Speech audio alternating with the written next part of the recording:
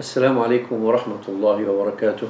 إن الحمد لله نحمده ونستعينه ونستغفره ونستهديه ونعوذ بالله من شرور أنفسنا وسيئات أعمالنا. من يهدي الله فلا مضل له ومن يضلل فلا هادي له ونصلي ونسلم على سيدنا محمد وعلى آله وصحبه. Dear brothers and sisters in Islam, Allah subhanahu wa ta'ala said in Quran, إِنَّا نَحْنُ نَزَّلْنَا الذِّكْرَ وَإِنَّا لَهُ لَحَافِظُونَ. Allah subhanahu wa ta'ala has revealed Quran and He promised to keep it intact. Keeping Quran intact means Islam, Tawheed, means the understanding of Islam and Tawheed according to the way meant by Rasulullah sallallahu alaihi wasallam and lived by him and the Sahaba and Tabi'een and Tabi'it Tabi'een and the saved sect out of the 73 up to our day. To defend Islam is to try to keep this understanding intact. Throughout history, we know what happened. I'm not. This talk is not about talking about sects or anything, but there were a lot of sects that had appeared from under the umbrella of Islam, all using Quran, all using Hadith, all using the same exact ayahs, but in different understanding. And this is the problem, is that there is only one understanding, which is the understanding of the Sahaba and Tabi'een and Ahl Sunnah wal Jama'ah over the course of the history of Islam. This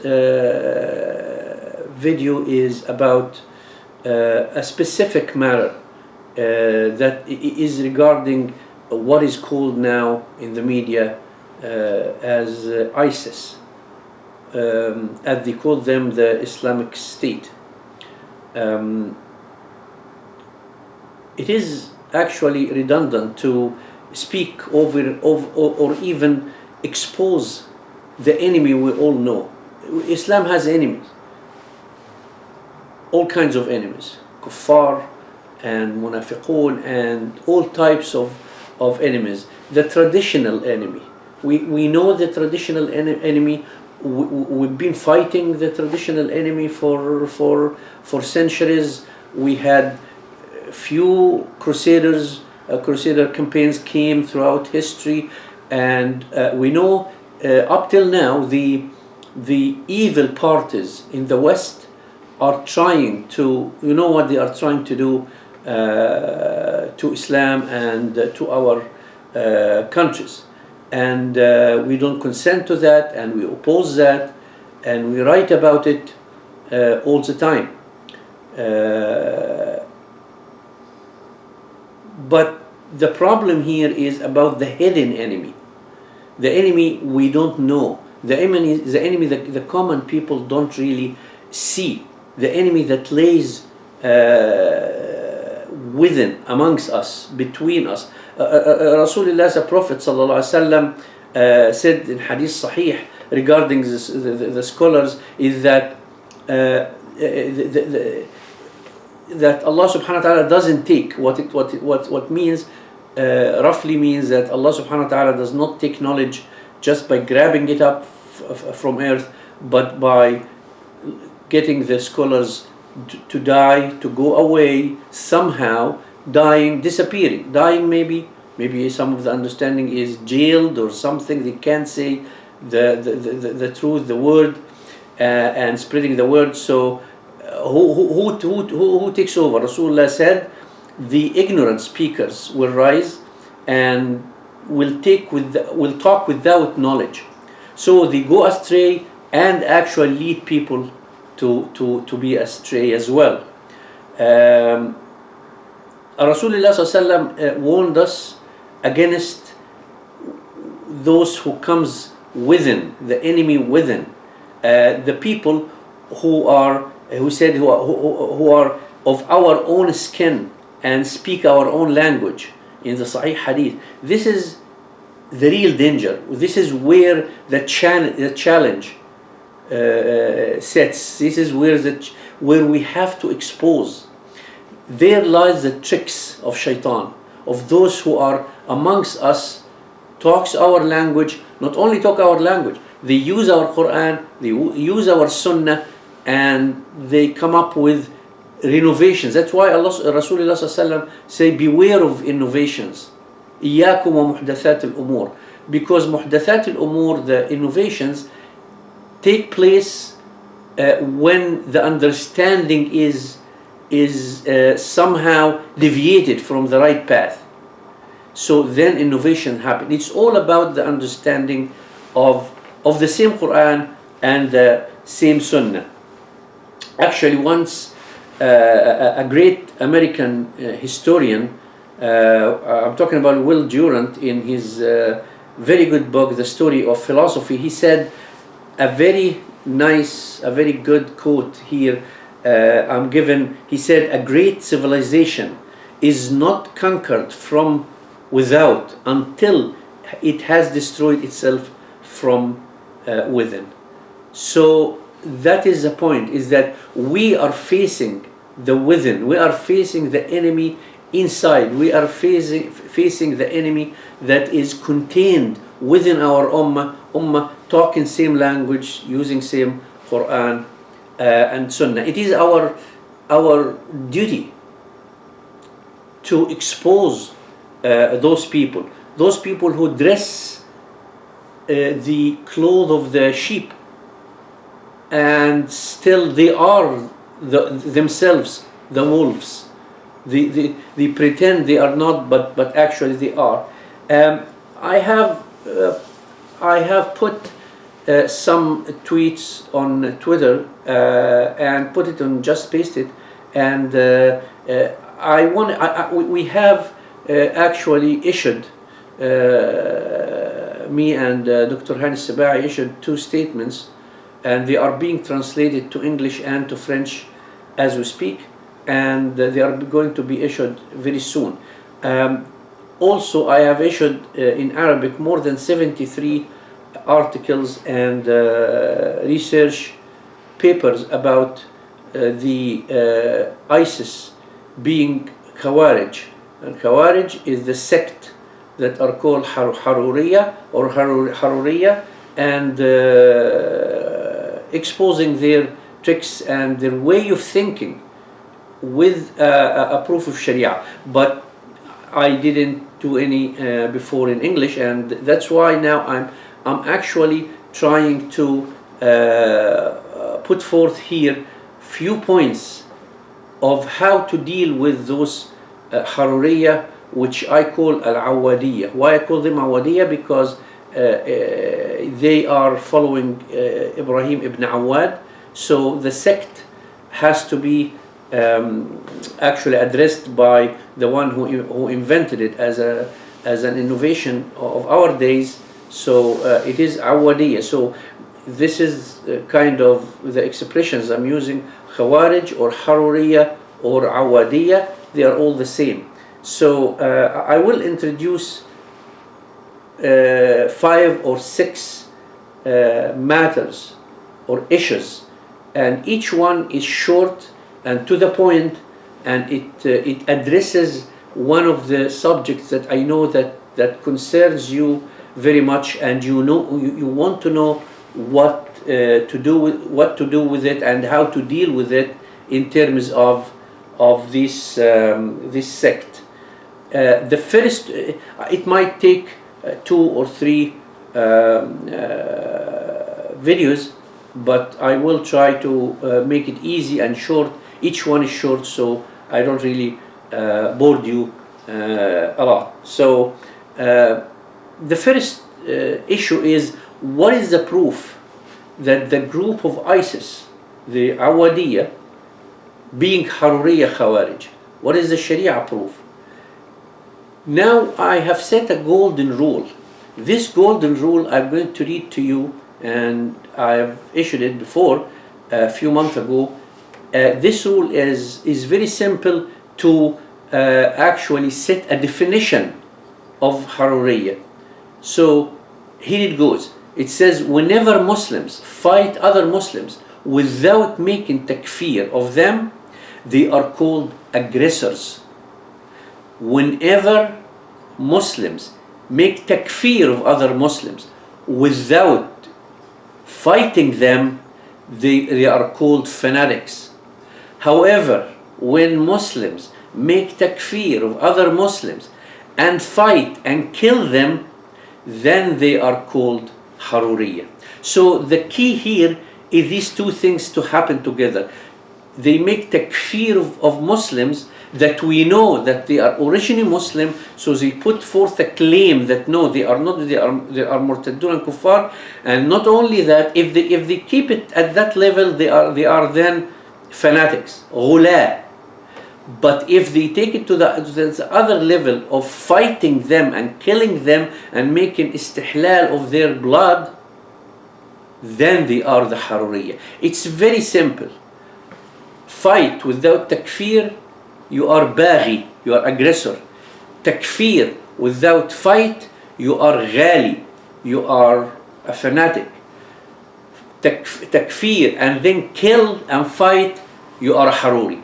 Very simple. And that's how the Sahaba and all the ulama actually saw it and categorized it. No matter how many writings, this is the pure little simple conclusion of the Haruriyya. So in order to so the key here is they make takfir of people. Well, but the point is the takfir they make has no definite Sharia proof. Why it doesn't have Sharia proof? For few reasons. First of all, those who made this takfir are half educated, ignorant opportunists, and they are not actually called the scholars that you can depend on in such a huge matter of killing and fighting between Muslims. They are people who have never heard about before. Nobody heard about them. The scholars who can make such a claim are takfir has to be based on the sayings and approval and consent on by the scholars of this time, who us Ahl Sunnah wal Jama'ah and this sect of Awadiyah, Haruriyah agree before the dispute start that they are ulama. We have to go back to before the dispute. We agree that these people they are talking about, that they are kuffar. We both agree that they were Muslims. They never said they are kuffar before. And the scholars, before the dispute, they were all agreed upon that these are, or those are the ulama of ummah. Now after the dispute, we have to say now stop. Now stop. If there is a dispute about something in a discussion, in order to continue the discussion, you have to drop and set aside the issue in dispute. You can't use it. If you say these are kuffar, I say no, these are not kuffar. So you cannot come and say then I kill them. I say no, because this is a fact in dispute. What is actually a fact that we both agree on now is that if a Muslim make takfir to another Muslim that was agreed upon that he was a Muslim, make takfir without consent, without being sure with a definite proof that he is a kafir, and kill him, that this is Haruri. ISIS agrees on that. If you go and ask them, would you agree that if somebody make a takfir of someone without definite proof and kill him, that this person is Haruri and the Jama'ah is Haruriyah? Will say yes, of course. Then you move to reality. You said, but you are killing this. We say, yeah, but I have definite proof that they are murtadun. We say, no, you don't, because you don't have the consent, because we are disputing this fact. and we are saying no, it is not, and our side is much stronger than yours, scholars wise, and based on the fact that we both agree that they were at a point of time Muslims. So you have to drop this point of dispute. You can't keep using it. So that is the point, is that they really don't depend on logic, they don't depend on Sharia proof. It is so simple to refute whatever they say. Do they care about what we are saying, what we're putting forth as proof? No, they don't. They don't care. It is a matter of just a flag they are raising up. There are a lot of fools and a lot of naive, let me put it this way, naive people who think that this is the Islam state. This is what we have been waiting for centuries. Not only that, this is what Allah subhanahu wa ta'ala, Rasulullah sallallahu alaihi wasallam in Sahih Hadith says that it is going to happen. This is it. They are actually materializing the hadith of Rasulullah of the Akhir Zaman, the end of time, on this group. And these things happened all over history. There were many states that actually started and collapsed before, and they all thought, oh, this is what it is, this is the Khilafah. If someone was going to claim that, Harun al-Rashid would claim that this is the Khilafah of Akhir Zaman, of the end of time, where he was actually in control of more than two-thirds of the civilized world at the time. Many years, the Ottoman Empire, Muhammad al-Fatih would have claimed that. Salah ad-Din would have claimed that. Salah ad-Din, many of them now make takfir of Salah ad-Din. It's a joke, but however, so the point here is that they put forth claims that are not supported by any kind of Sharia proof or by historical events. There is nothing to support that. Anybody can come and say, well, I'm the state. What is preventing Jabhat al-Nusra now from saying we are Dawlat al-Nusra? We are announcing Dawla, but this would be foolish. The announcement made by a liar on a videotape and naming something, whatever it is, and claiming that we are this and we are that, doesn't legitimize it neither in Sharia view nor in the secular world we live in now. It doesn't. It's just a delusion. These people are delusional. They are completely delusional. So from that we know for sure, we have a definite proof that these are Haroriyah. Why? Because they kill the Muslims. They make takfir of Muslims that we both agreed before the dispute that they are Muslims, and they go fight and kill them for the sake of the Nusayriyah. How many heads were cut off of the Mujahideen, of the Sunnah Mujahideen? How many? Those people were fighting Nusayriyah, those people were fighting Al-Rawafid, those people were trying to get rid of Bashar. Who actually, you have to, when you evaluate the action of someone or some group, you have to see the conclusion, which is called al-ma'al. What did it lead to? What did action lead to? Where is, we can claim anything. We can claim, oh, it led to this, the establishment of state. Where is that? What are you talking about? Are you guys crazy? It has not. This doesn't exist except in your own delusional mind.